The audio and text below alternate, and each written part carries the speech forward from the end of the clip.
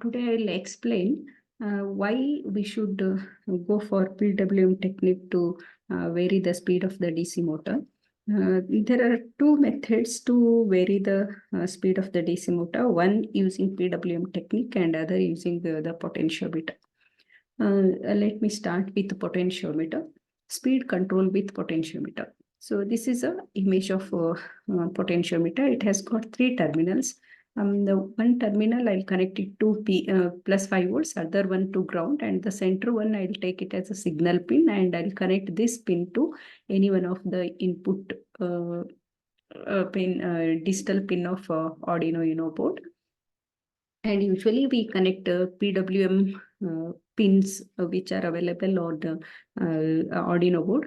To that pin, we will connect this center point. So what is potentiometer? It is a variable resistor with three terminals.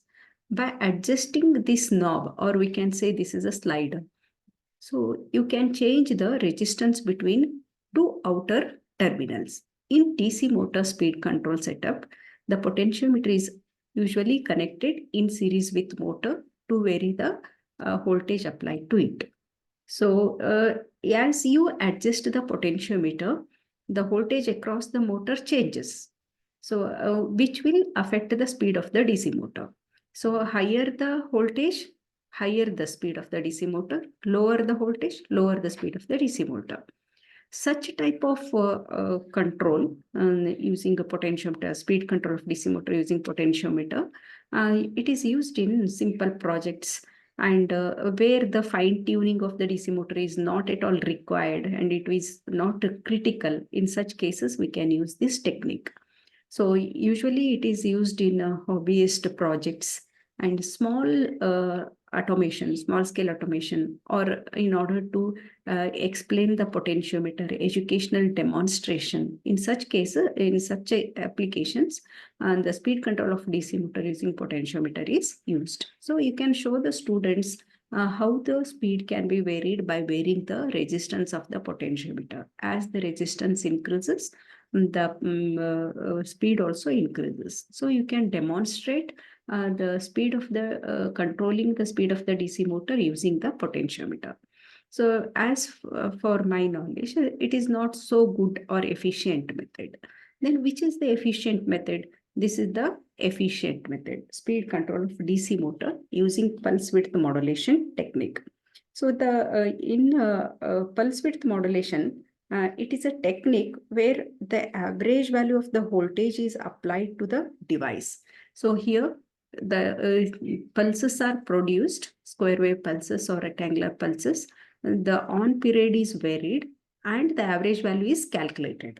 So by varying the duty cycle of the square wave, the DC motor speed control on or a microcontroller or a dedicated PM controller generate these pulses. So the duty cycle of PWM cycle determines the effective voltage applied, to the motor. Higher the duty cycle, here the 75% is higher.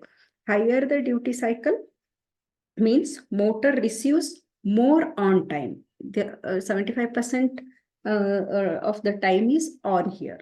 More the on time or higher voltage, it receives the higher voltage, and which will rotate the fan faster or a motor faster.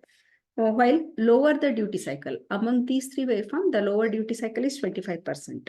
So lower the duty cycle means it receives less on time. It means less voltage. So because of this, it slows down the speed of the DC motor. So this is about the pulse width modulation. Now I'll explain what are the difference between this pulse width modulation technique and speed control of pulse width, speed control using pulse width modulation technique and potentiometer technique. So I have done created a table here. And these are, you can say, the aspect or parameters: speed control using potentiometer, speed control using PWM technique. The control among them, the first one is control mechanism. You can adjust the resistance of the potentiometer. So by adjusting the resistance of the potentiometer, the speed can be controlled in this mechanism. In PWM technique, you can vary the duty cycle of the PWM signal. Just now I explained how to vary the duty cycle. By adjusting the duty cycle, we can control the speed of the DC motor. Here by adjusting the resistance, we can control the speed of the DC motor. This is first difference.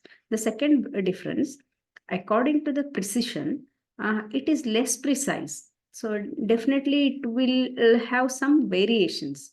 I cannot adjust it while controlling the speed of the motor. I cannot adjust precisely.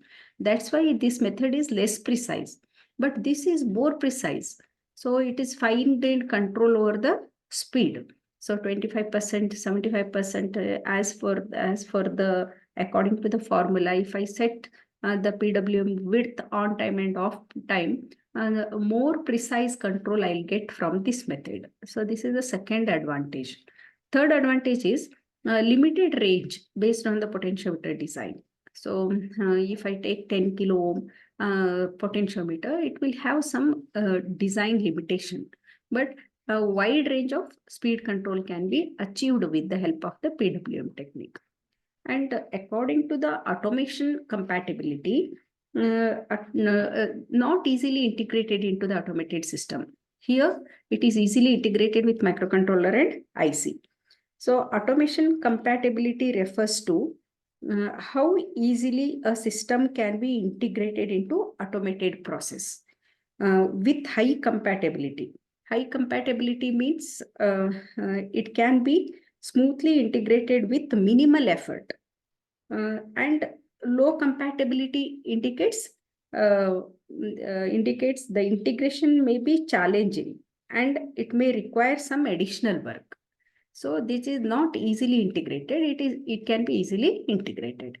Application wise, if you take, these are used in simple projects and hobbyist applications where these are used in robotics, industrial automation, and electric vehicles.